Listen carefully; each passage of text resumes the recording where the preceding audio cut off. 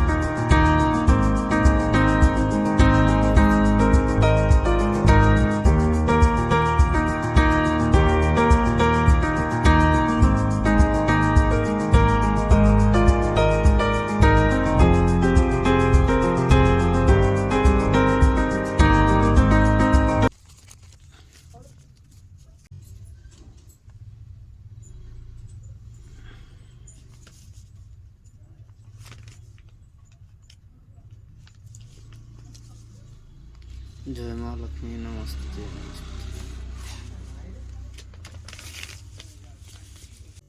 মহালক্ষ্মী প্রণাম। ধনাদেও নমস্তুভ্যং নিধি পদ্মা হুতায়ত ভবতু প্রসাদানে দান ধন্যাদি সম্পদম। নমস্তুতে মহামায়ী শ্রীপীঠে সুরপূজিতে শঙ্খচক্র গদা হস্তে মহালক্ষ্মী নমস্তুতে। নমস্তে গরুড়ারূঢ়ে কুলাসুর ভয়ঙ্করী সর্বপাপ হরে দেবী মহালক্ষ্মী নমস্তুতে। সর্বজ্ঞে সর্ববরদে সর্বদুষ্ট ভয়ঙ্করী সর্বদুঃখ হরে দেবী মহালক্ষ্মী নমস্তুতে। সিদ্ধি বুদ্ধি প্রদে দেবী ভক্তি মুক্তি প্রদায়িনী মন্ত্রমূর্তে সদা দেবী মহালক্ষ্মী নমস্তুতে। আদ্যান্তে রহিতে দেবী আদ্যাশক্তি মাহেশ্বরী যোগেন যোগ সম্ভূতে মহালক্ষ্মী নমস্তুতে। স্থূল সূক্ষ্ম মহারৌদ্রম মহাশক্তি মহোদরে মহাপাপ হরে দেবী মহালক্ষ্মী নমস্তুতে। পদ্মাসন স্থিতে দেবী পরম ব্রহ্ম স্বরূপিণী পরমেষ্টি জগৎ মাত মহালক্ষ্মী নমস্তুতে। জয় মা মহালক্ষ্মী জয় জয় মা লোক জয় মহামায়ী। শ্বেতাম্বর ধরে দেবী নানা অলঙ্কার ভূষিতে জগৎ স্থিতে মহামায়ী মহালক্ষ্মী নমস্তুতে। মহালক্ষ্মী স্তোত্রম য পঠেত ভক্তিমানর সর্বসিদ্ধিমবাপ্নোতি রাজ্য প্রপ্নोति সর্বদা। এককাল পঠে নিত্যম মহাপাপ বিনাশনম দিক্কালম যং পঠে নিত্যম ধনম ধান্যম সমর্থিতম।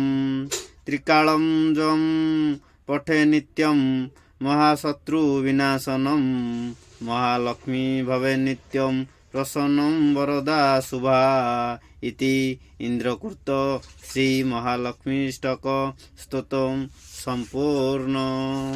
জয় মহালক্ষ্মী দেবী জয়।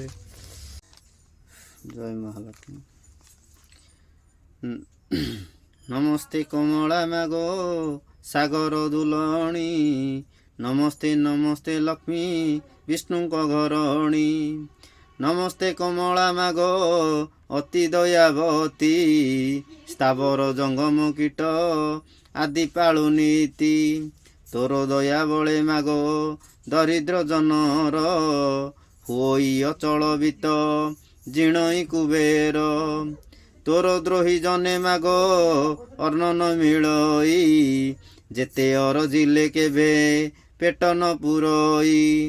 ତୋର ଚରିତ ମନ ଦେଇ ଯେ ଶୁଣଇ କିୟ ବା ଭକତି ଭାବେ ସର୍ବଦା ଗୁଣଇ ତାହାର ଦରିଦ୍ରପଣ ଯାଏ ଦୂର ହୋଇ ସର୍ବଦା ତାକୁ ପ୍ରସନ୍ନ ହେଉ ମହାମାଇ ଏଣୁ ତୋ ଚରଣେ ମାଗ ଅଶେଷ ପ୍ରଣାମ କରୁଛି ପୁରା ଅବାରେ ମୋର ମନସ୍କାମ ତୋ ଚରିତ କିଞ୍ଚିତେ ମୁଁ କରିବି ରଚନ ଜଗତ ଜନନୀ ବାରେ ଦିଅ ଦିବ୍ୟ ଜ୍ଞାନ ଦିନେ କ ନାରଦ ପରା ସରମୁନି ଦୁଇ ଭ୍ରମି ଭ୍ରମି ଏକ ଗ୍ରାମେ ପ୍ରବେଶିଲେ ଯାଇ ସେଇଦିନ ମାର୍ଗଶିର ମାସ ଗୁରୁବାର ପର୍ବ ପଡ଼ିଥିଲା ସର୍ବ ପୁରବାସୀଙ୍କର ପ୍ରତି ଘର ଦ୍ୱାର ଗୋମୟରେ ଲିପା ହୋଇ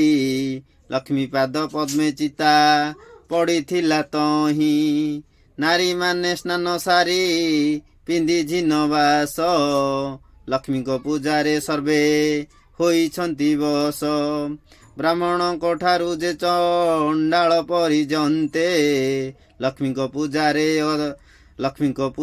ରତ ଅଛନ୍ତି ସମସ୍ତେ ହୁଳହୁଳି ଶବଦରେ ପୁରିଛି ଗଗନ ଦେଖି ଉତ୍ସବ ରୀତି ବିଧାତା ନନ୍ଦନ ପଚାରନ୍ତି ପରାଶର ମୁନିଙ୍କୁ ଉଦନ୍ତ କହ କହ ତପିବର ଏ କିସ ଚରି ଏ ଉତାରୁ କଥା ଏକ ମନ ଦେଇ ଶୁଣ ଗୁରୁବାର ଦିନ ଯେଉଁ କଥା ନିବାରଣ ସେଇ କଥା କହୁଅଛି ଏବେ ସାଧୁବାଣୀ ଶୁଣ କେବେ ନ ଭାଜିବ ଖଇ ଗୁରୁବାର ଦିନ ଯେଉଁ ନାରୀ ଗୁରୁବାର ଦିନରେ ଆମିଷ ଭୁଞ୍ଜଇ ଲୋଭରେ କିବା ନ ପକାଳେ କେଶ ଭୁଞ୍ଜଇ ଉଚ୍ଚିଷ୍ଟ କିବା ଲଗାଏ ସେ ତେଲ ମହାଲକ୍ଷ୍ମୀ ତାର ନିଶ୍ଚୟ ଭାଙ୍ଗି ବେଟି ଗେଲ ଗୁରୁବାରେ ଯେଉଁ ନାରୀ ତୁଳାକୁ ଭିଣଇ ଲାଉରେ ଆମିଷ ଦେଇ ଯେ ଗ୍ରାସ କରଇ ଖଟର ଛାୟାରେ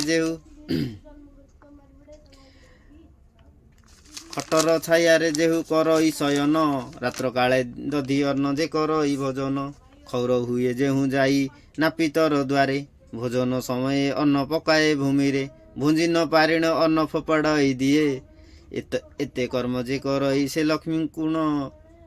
ଲକ୍ଷ୍ମୀଙ୍କୁ ନ ପାଏ ଗୁରୁବାର ଦିନ ସକାଳୁ ଯେ ଗୋମୟରେ ଦୁଆର ଯେ ନ ଲିପଇ ଅଳସପଣରେ ଚୁଲିରୁ ନ କାଢ଼େ ପାଁଶ ଭକେ ଯେ ଆମିଷ ଏମାନଙ୍କର ଠାରେ ଲକ୍ଷ୍ମୀ କରନ୍ତି ଯେ ରୋଷ ଧନ ଜନ ସବୁ ତାର ହରଣ ନିଅନ୍ତି ମାଗିଗଲେ ଅନ୍ନ ବସ୍ତ୍ର କେହି ନ ଦିଅନ୍ତି ଗୁରୁବାରେ ଯେଉଁ ନାରୀ ପିନ୍ଧେ ଶୁକ୍ଳ ଲୁଗା ଐଶ୍ୱର୍ଯ୍ୟ ସମ୍ପଦ ପାଏ ହୁଅଇ ସୁଭାଗା ଗୁରୁବାରେ ଯେଉଁ ନାରୀ ପିଲାଙ୍କୁ ମାରଇ କିବା ପାକ ହାଣ୍ଡି ଧୋଇ କଳା ନ ଛାଡ଼ଇ ସନ୍ଧ୍ୟା ଗଡ଼ି ଗଲେ ଯେ ଦିଅଇ ସନ୍ଧ୍ୟାବତୀ ଧନପୁତ୍ର ହାନି ହୁଏ ସଦା ବହୁ କ୍ଷତି ଗୁରୁବାରେ ଯେଉଁ ନାରୀ ପୋଡ଼ା ଦ୍ରବ୍ୟ ଖାଏ ଶୋଇବା ଶଯ୍ୟାକୁ ବଙ୍କା କରିଣ ବିଛାଏ ଶାଶୁ ଶ୍ୱଶୁରଙ୍କୁ ନ ମାନଇ ଯେ ରମଣୀ ଉଲଗ୍ନ ହୋଇ ଶୟନ କରଇ ଯେ ପ୍ରାଣୀ ଅମାବାସ୍ୟା ସଂକ୍ରାନ୍ତିରେ ଯେ ବୁଲାଏ ହଳ ଏହି ଦିନମାନଙ୍କରେ ଘେନଇ ତୈଳ ସଭାରେ ବସିଣ ଯେ ମାନବ ମିଛ କହି ଅଳସ୍ୟ ପାଦ ନ ଧୋଇ ଯେ ବୁଞ୍ଜି ବସଇ କୁଷ୍ପାଣ୍ଡ ଫଳକୁ ଯେହୁ ରମଣୀ କାଟଇ ଋତୁମତୀ ନାରୀଙ୍କି ଯେ ରମଣ କରଇ କନ୍ୟା ତୁଳା ମାସେ ପିତୃଶ୍ରଦ୍ଧା ନ କରଇ କଥା କହୁ କହୁ ସବୁବେଳେ ଯେ ହସଇ ଏମନ୍ତ ମନୁଷ୍ୟ ସଦା ବହୁ କଷ୍ଟ ପାଇ ଆୟୁର୍ବୃଦ୍ଧି ନାଶ ହୁଏ ଅନ୍ନ ନ ମିଳଇ ଗୁରୁବାର ଅମାବାସ୍ୟା ସଂକ୍ରାନ୍ତି ଦିନ ରଜନୀରେ ସ୍ତ୍ରୀ ପୁରୁଷ କଲେକ ଭୋଜନ କିବା ଏହି 3 ଦିନ ଯେଉଁ ନାରୀ ମୋହେ ପୁରୁଷ ସାଙ୍ଗରେ ମାତି ଧର୍ମକୁ ନ ଚାହେଁ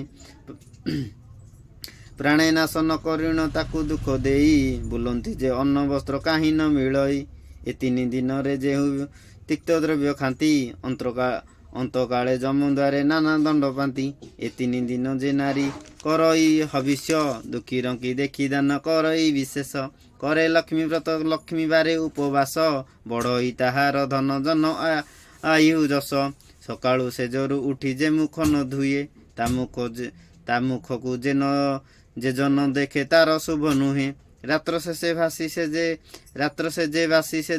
जे करई शयन ता गृह को लक्ष्मी त्याग करंती यत्न कले मायती अण जे मजा षाठिए पौटी से रंधन कले जाई बगड़ा भात महिमा कौन जाई। ଦୁଧ ପୁଳି କଲେ ମାଏ ଘୃତ ପୁଳି କଲେ, ଅତି ଯତ୍ନରେ ମାଏ ସର ପୁଳି କଲେ। ଯେତେ ଦ୍ରବ୍ୟ ରାନ୍ଧିଛନ୍ତି ବ୍ରାହ୍ମଣଙ୍କୁ ରୁଚି, ବଡ଼ିର ମହୁର କଲେ ପକାଇଣ ଯାଚି। ସହସ୍ର ଆଟିକା ରାନ୍ଧି ଦ୍ରବ୍ୟ ସମ୍ପାଦିଲେ, ଯେ ଯାହା ସ୍ଥାନରେ ଯତ୍ନେ ରଖାଇଣ ଦେଲେ।